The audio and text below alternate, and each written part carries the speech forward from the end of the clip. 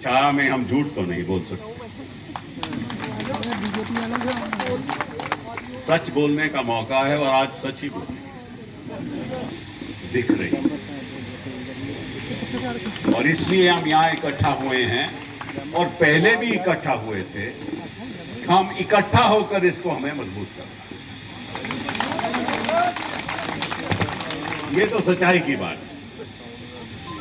और इसके जो खुशकिस्मती है वो ये है कि हम गांधी जी की छत्र छाया में ये बात आपके सामने रख रहे हैं।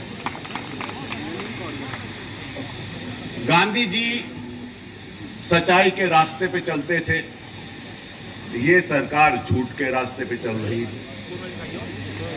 गांधी जी अहिंसा को गले लगाते थे, ये हिंसा को गले लगा रही है। तो बात तो ये गांधी जी की करते हैं, लेकिन ना सच्चाई का रास्ता अपनाते हैं और ना हिंसा का रास्ता अपनाते हैं। अब मैं साधारण रूप से आपसे कुछ ऐसी बातें करना चाहता हूं जो देश की जनता समझ पाए कि गुलाम नबी आजाद साहब का असल रोल क्या है।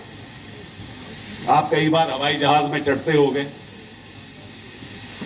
और हवाई जहाज में चढ़ने में जो वहां बैठा होता है हवाई चलाने वाला, वो अनुभवी होता है ना। बहुत जरूरी है कि उसको अनुभवी होना चाहिए। सिब्बल साहब, दूसरी बात यह है कि उसके साथ एक इंजीनियर भी होता है कि कहीं इंजन में गड़बड़ी हो जाए तो वो ठीक कर देगा। तो गुलाम नबी जी अनुभवी भी हैं और इंजीनियर भी।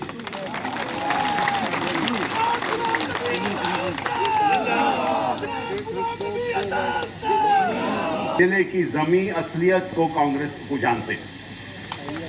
क्या कांग्रेस की असलियत है, कहां है, सब ना तो नेता लोगों के साथ इनका गहरा संबंध है। और जब हमें ऐसा लगा कि पार्लियामेंट को गुलाम नबी आजाद को आजाद कर रहे हैं तो हमें दुख हुआ। ये सच्चाई की बात है। हमें वहां बैठे बैठे बहुत दुख हुआ। हम नहीं चाहते थे कि गुलाम नबी आजाद साहब को पार्लियामेंट से आजादी मिले। ये क्यों, आप पूछिए क्यों? क्योंकि कोई ऐसी मिनिस्ट्री नहीं रही जिसमें वो मिनिस्टर नहीं रहे, कोई ऐसा नेता नहीं जिनको व्यक्तिगत रूप से वो जानते नहीं। और जब ये लीडर ऑफ ऑपोजिशन थे, मैं आपको सच्चाई की बात करता हूं कि टेलीफोन जब ये किसी भी नेता को करते थे तो सुबह इनके यहां सभी नेता आकर मीटिंग करते थे। ये एक अनुभवी नेता ही कर सकता है। और मुझे तो इस बात की समझ नहीं आई कि इस अनुभव को कांग्रेस पार्टी इस्तेमाल क्यों नहीं कर रही। ये आज मुझे आज तक बात नहीं समझ आ रही।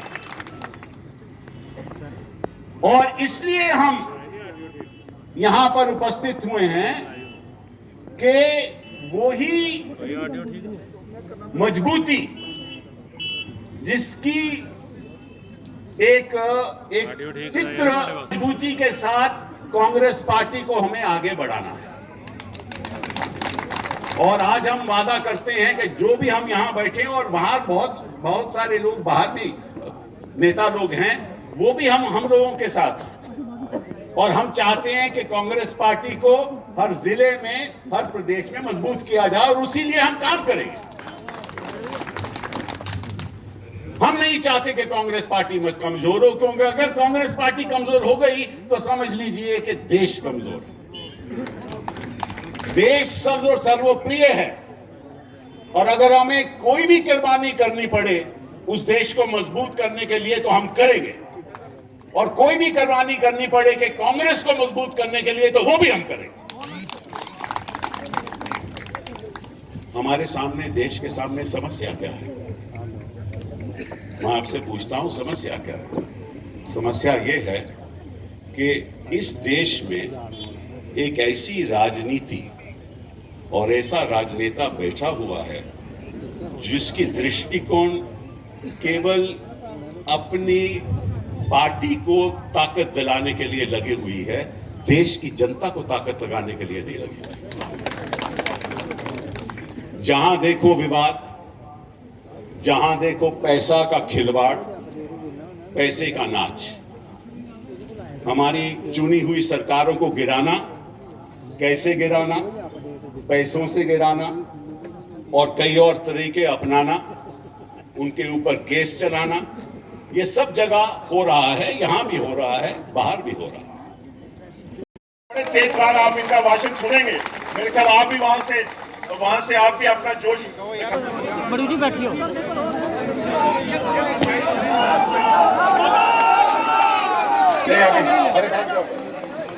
के मेंबर्स भी हैं, विधानसभा के मेंबर्स भी हैं, बहुत सारे और हमारे साथी जो एक्स चीफ मिनिस्टर्स हैं, एक्स केंद्रीय मंत्री हैं, वो आना चाहते थे,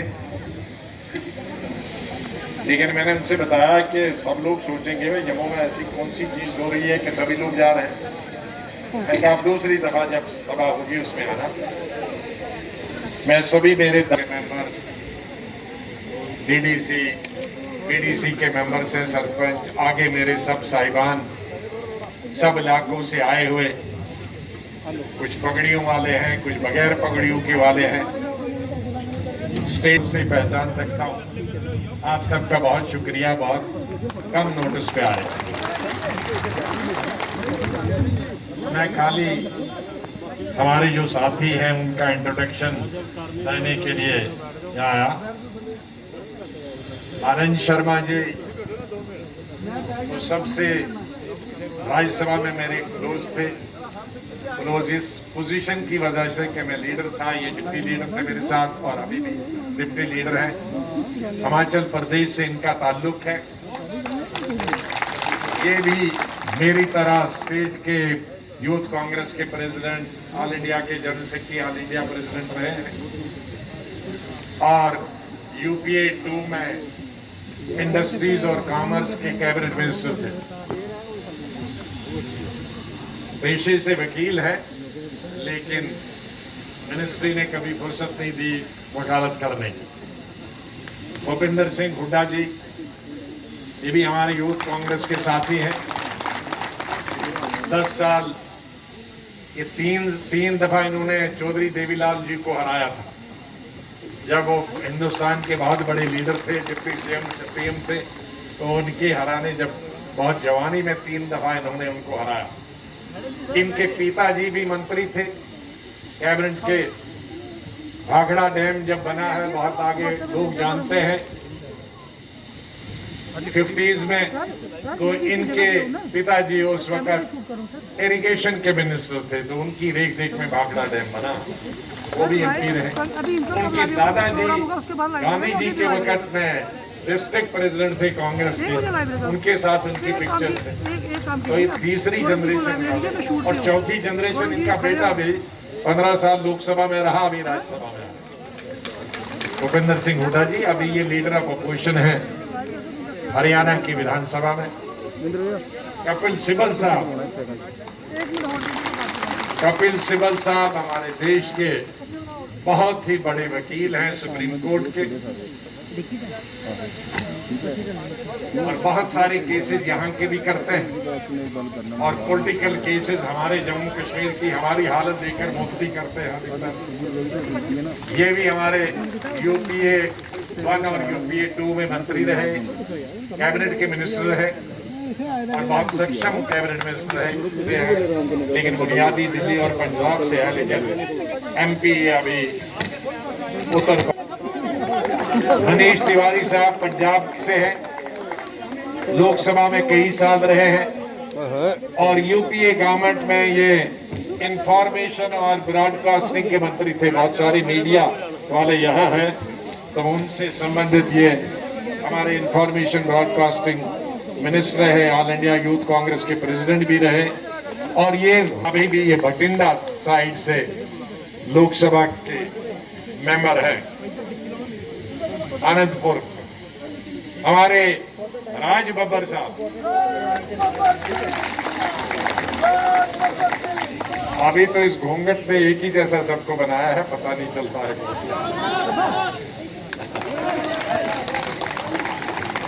राइस बब्बर साहब, लोग समझते हैं कि खाली हीरो हैं, लेकिन हीरो तो पहले भी थे, आजकल फिर काम शुरू किया। लेकिन ये 4 और अभी राज्यसभा मेरे साथ ही कुछ 1-2 महीने मुझसे पहले रिटायर राज्यसभा से हुए और फिल्म के वहां छोड़कर यहाँ आए हैं। हमारे साथ मेरे बहुत ही पुराने दोस्त हैं विवेक तनखा साहब। विवेक तनखा साहब का आपको इंट्रोडक्शन दो। ये जो बहुत सारे कश्मीरी पंडित, आज नहीं 200 साल 300 साल, जैसे नेहरू जी और की फैमिली गई थी, इनकी फैमिली भी हमारे कश्मीर से ही गई है। इनके ससुर साहब अजय प्रधान जी हमारे कैबिनेट मिनिस्टर रहे, मध्य प्रदेश में रहे और एमपी भी रहे सेंटर में मेरे साथ। ये उनके दामाद हैं। ये की बात करती है, स्वराज की बात करती है, भाईचारे की बात करती है। और सोचिए हमारे इस देश में हम कितने खुशनसीब थे कि हमको महात्मा गांधी जैसा, जवाहरलाल नेहरू जैसा, सरदार वल्लभ भाई पटेल जैसा, नेताजी सुभाष चंद्र बोस ऐसे लोग मिले। क्या इन लोगों को पता था 1920 में कि जब वो जेल जा रहे थे, नेहरू जी भी यंग वकील थे, हमसे भी बहुत छोटे होंगे, उनको नहीं पता था 1920 में जब वो जेल जा रहे थे कि 1947 में वो एक दिन प्रधानमंत्री बनेंगे। ये सब लोगों ने देश के लिए त्याग किया। और ऐसे भी लोग थे जिन्होंने देश के लिए अपना प्राण बलिदान किया। भगत सिंह, चंद्रशेखर आजाद। तो कहने का मतलब ये है, ये देश वीरों का है, जवानों का है, ऐसे लोगों का देश है जो देश से प्रेम करते हैं। और जब गुलाम नबी आजाद साहब जैसा लीडर इस देश को मिलता है, जिससे पूरा देश प्रेम करता है, तो आज सबको एकत्रित होके उनकी इस सभा में उनकी बातों की सराहना करना एक नेचुरल बात है। मुझे बहुत अच्छा लगा कि मैं आपके बीच में आ सका और मैं आगे भी कोशिश करूंगा कि आपकी जितनी बातें हैं, हम आजाद साहब से मिलते भी हैं, मिलते भी रहेंगे।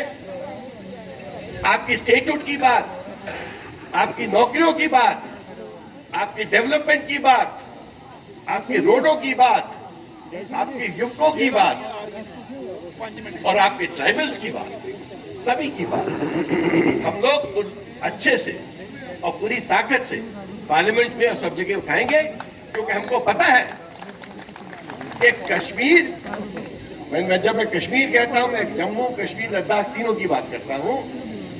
वो हमारा अंग है, वो हमारे भाई हैं, वो हमारे परिवार है और हम जो हो सकता है उनके लिए करेंगे। Thank you. जय हिंद। पहले एक बात कह दे, हम हिंदुस्तान में रहते हैं, हिंदुस्तान के हर हिस्से में जाना हमारा हक है, किसी की इजाजत नहीं चाहिए।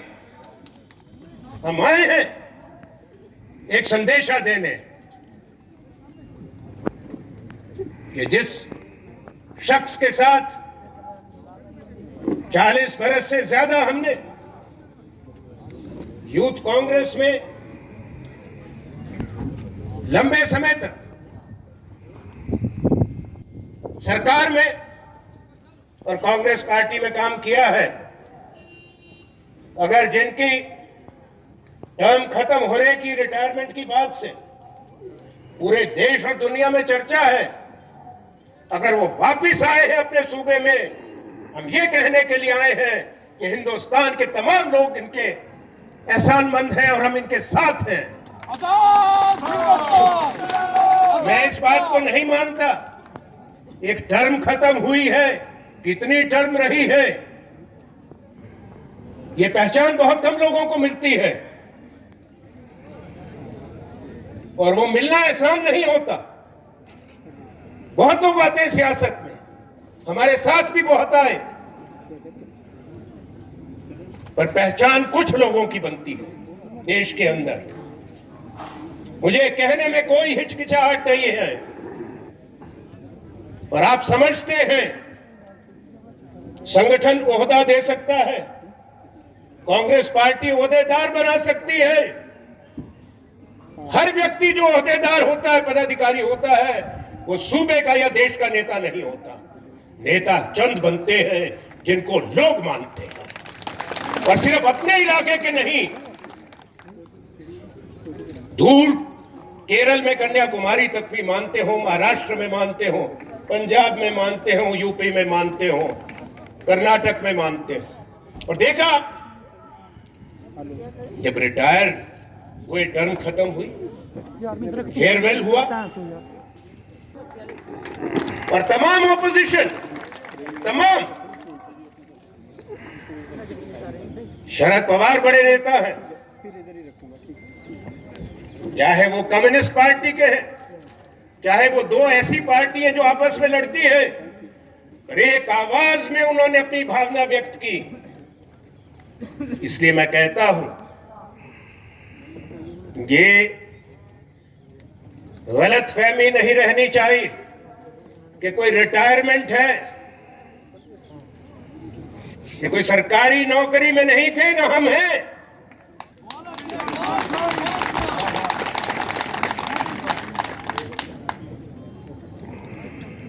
ये वक्त नहीं था जब मुल्क के सामने बड़ी चुनौती है, और आपके सूबे के सामने, जिसका जिक्र अभी हुआ जम्मू कश्मीर का, मुझे इस बात का उतना ही दुख है जितना गुलाम नबी आजाद साहब को, कपिल सिब्बल ने कहा, मनीष तिवारी ने कहा। यह आजाद हिंदुस्तान में कश्मीर का, जम्मू कश्मीर लद्दाख का विलय हुआ था। हम इसको सारी जिंदगी बचपन से जब होश संभाला एक स्टेट के रूप में देखते थे, और मैं आज भी इसको दिल से नहीं मानता कि ये स्टेट नहीं है, यूनियन टेरिटरी है।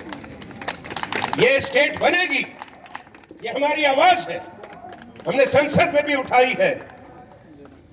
ये इसलिए टर्म खत्म हुई क्योंकि जम्मू कश्मीर में विधानसभा के चुनाव नहीं, विधानसभा के जब चुनाव होंगे तो एक बड़ी कमी जो इस बार हुई है, 1950 के बाद मैं नहीं समझता कि ऐसे मौका आया कि देश की राज्यसभा के अंदर जम्मू कश्मीर का कोई नुमाइंदगी ना हो। के बुलावे पर इस ऐतिहासिक मंदिरों के शहर आज हमारा यहां एकत्रित होने का एक ही मकसद है कि जनाब श्री गुलाम नबी आजाद साहब का हम इस्तकबाल करने के लिए आए, इकट्ठे हुए। इन्होंने अपने लंबे कार्यकाल में बहुत ऊंचे ऊंचे ओहदों के ऊपर इस मुल्क की सेवा की है, और गुलाम नबी आजाद साहब की शायद सबसे बड़ी पहचान इस लंबे सफर में और आज भी यही है कि ये कांग्रेस पार्टी के समर्पित कार्यकर्ता है। कांग्रेस इनमें बसती है, और शायद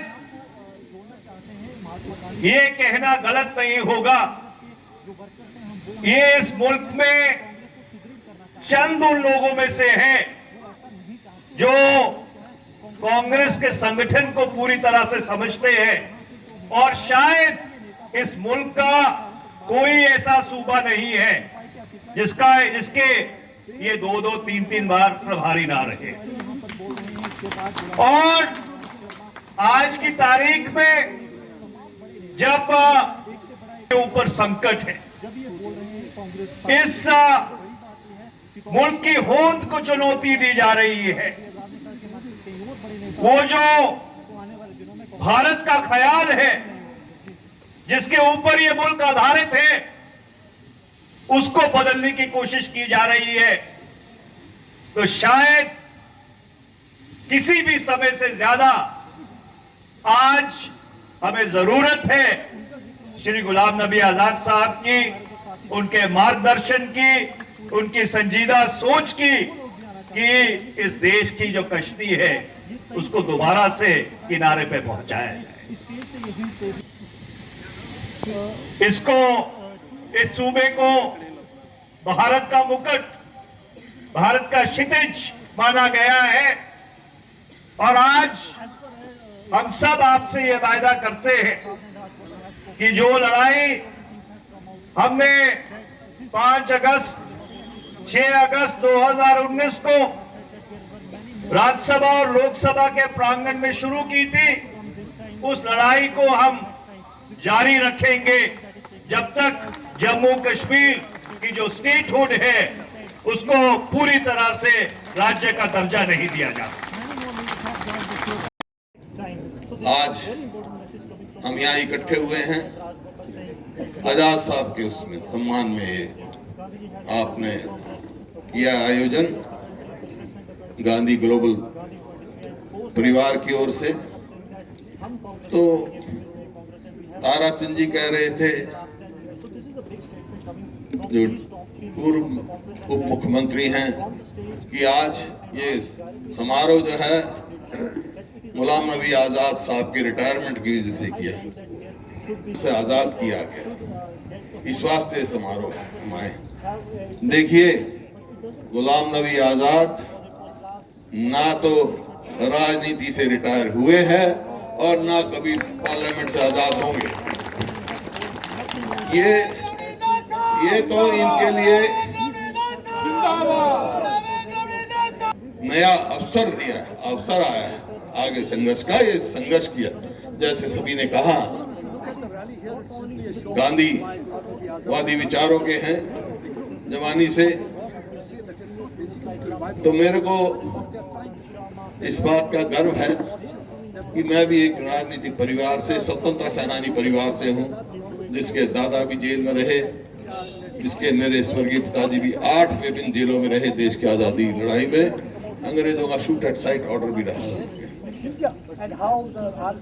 मैं कोई राजनीतिक परिवार में पैदा होकर भी कोई राजनीति में बहुत ज्यादा रुचि नहीं थी, लेकिन आज जो भी मेरी हस्ती है राजनीति, सक्रिय राजनीति में आया, तो उसके पीछे सबसे बड़ा सहयोग और साथ और समर्थन गुलाम नबी आजाद का रहा, क्योंकि उस टाइम यूथ कांग्रेस के अध्यक्ष थे। केवल राजनेता नहीं है, इंसान की इज्जत जब होती है जब अच्छा इंसान है। ये बहुत अच्छे इंसान हैं, बहुत अच्छे मित्र हैं और राष्ट्रीयता इनके जिस्म में कूट के भरी है, नेशनलिस्ट है। ये इस बात में मैं इनका दिल से कदर करता हूँ। देखिए, 2 पैमाने होते हैं अच्छा इंसान कौन, मैं समझता हूँ, और उन दोनों पैमानों पर गुलाम नबी आजाद खड़े उतरे। गांधी जी की विचारधारा के लोग इकट्ठे हुए पूरे विश्व में। उसमें गांधी जी का क्या सपना था? ग्राम स्वराज, हर व्यक्ति को आजाद, विपक्ष को मजबूत करना है। ये आज यहाँ से हम आए हैं, सभी ने अपनी अपनी बात कही। आज हम क्यों इकट्ठे हुए हैं? आज हम सब साथी हैं। हमारा एक ही निशाना है जो आपके सामने बैठे, और भी हमारे देश में बहुत साथी हैं जो एक ही उसमें है कि विपक्ष को मजबूत करें। आज कांग्रेस पार्टी को मजबूत करें, जब ही देश मजबूत होगा। और कांग्रेस कमजोर रह गई, जो और जिस तरह से पीछे कांग्रेस में कमजोरियां आई हैं, तो भाई वो देश के हित में नहीं होगा। विपक्ष कमजोर हुआ तो देश के हित में नहीं। कांग्रेस को मजबूत होना जरूरी है। जो देखो, कांग्रेस में या किसी भी दल में 2 किस्म के आदमी होते हैं। हमारी पार्टी में भी 2 किस्म के आदमी हैं। कुछ तो कांग्रेस पार्टी में है, कुछों के अंदर कांग्रेस है। तो गुलाम नबी तो उनमें से है जिनके अंदर कांग्रेस है। तो आज उस व्यक्ति के साथ आए, उनके सम्मान में जो आपने किया है, आज हम यहाँ से क्या लेके जाएंगे? हम 5-6 साथी आए हैं, अलग अलग सूबे से आए हैं, हम यहाँ से क्या लेके जाएंगे? हम यहाँ से एक प्रेरणा लेके जाएंगे जो हमने शुरुआत की है कांग्रेस को मजबूत करने के लिए, प्रजातंत्र को मजबूत करने के लिए। हम उसकी प्रेरणा लेके यहाँ जम्मू से जाएंगे और पूरे देश में जाएंगे और अपनी पार्टी को और देश को मजबूत करेंगे। इन्हीं शब्दों के साथ मैं आजाद साहब से उम्मीद करता हूँ। अब मैं कल आया तो आजाद साहब बात कर रहे थे जिला वाइज, रामबन से आए हुए थे आदमी, डोडा से आए हुए थे। 5-6 साल कश्मीर पर बोलने के लिए, जम्मू कश्मीर, यहाँ की बेकारी के बारे में, यहाँ की पसमानदगी के बारे में, यहाँ की स्टेटहुड खत्म करने के बारे में, यहाँ के उद्योग खत्म हो गए, एजुकेशन खत्म हो गई, जीएसटी को जिस तरह से लागू किया, इन सब साथियों ने लोकसभा के अंदर, राज्यसभा के अंदर जितना मैं बोला हूं उससे कम इनमें से कोई नहीं बोला। और अब मेरे राज्यसभा से बाहर जाने के बाद तो मैं बाहर बोलूंगा, लेकिन हमारी जम्मू कश्मीर की आवाज को ये लोग विधानसभा, लोकसभा और राज्यसभा में शायद आपको हमारी कमी कभी महसूस नहीं होने देंगे। जहां तक जम्मू कश्मीर के मुफाद का सवाल है, जम्मू का हो, कश्मीर का हो, लद्दाख, और हम सभी धर्मों का आदर करते हैं, सभी लोगों का आदर करते हैं, सभी जातियों का आदर करते हैं। हमारे सामने धर्म, जाति और इलाका और रीजन और रिलीजन के नाम पे हम विश्वास तो करते हैं, लेकिन सभी का बराबर का सम्मान करते हैं। यही हमारी ताकत है और इस ताकत को हम आगे जारी रखेंगे। बहुत बहुत धन्यवाद। अब मैं जुगल किशोर जी से निवेदन करूंगा, वह सब नाम लेते जाएंगे। एक नई लड़ाई महात्मा गांधी जी आज जीवित नहीं है, वो आशीर्वाद नहीं दे सकते, लेकिन उनकी सोच, उनकी विचारधारा, उनका त्याग हमारे साथ रहेगा। मैंने अपनी राजनीति गांधी जी की विचारधारा से ही शुरू की। अगर 1980 का मेरा पार्लियामेंट का, जब मैं पहली दफा एमपी बना, तो लोग बायोडेटा पढ़ेंगे। जब गांधी जयंती, गांधी जी की शताब्दी मनाई जा रही थी, 100 साल उनके जन्म की, मैं एसपी कॉलेज कश्मीर में पढ़ता था और पूरे देश में गांधी स्मारक निधि, जो दिल्ली में हेडक्वार्टर था, उसके द्वारा पूरे देश में 15 दिन के समारोह मनाए जा रहे थे। और नॉर्दर्न इंडिया का 15 दिन का जो समारोह था, जो सेलिब्रेशन थी, वो कश्मीर में मनाई जा रही थी। और कश्मीर से सिर्फ 2 लोग, मैं और मेरे दोस्त बशारत अहमद, जो के बाद में डायरेक्टर दूरदर्शन रिटायर हुए, हम कॉलेज की तरफ से उस समारोह में रहे, ट्रेनिंग ली, गांधी को समझा, खादी शुरू की और गांधी पर लेक्चर 15 दिन सुनने को मौका मिला। और तब से उनकी विचारधारा हमारे दिमाग में चली गई, क्योंकि स्कूल का और कॉलेज का ऐसा समय जो आपके दिमाग में चली जाएगी बात, वो मरने के बाद ही निकलती है। तो दो चीजों से हम प्रभावित हुए थे गांधी जी, सच और अहिंसा।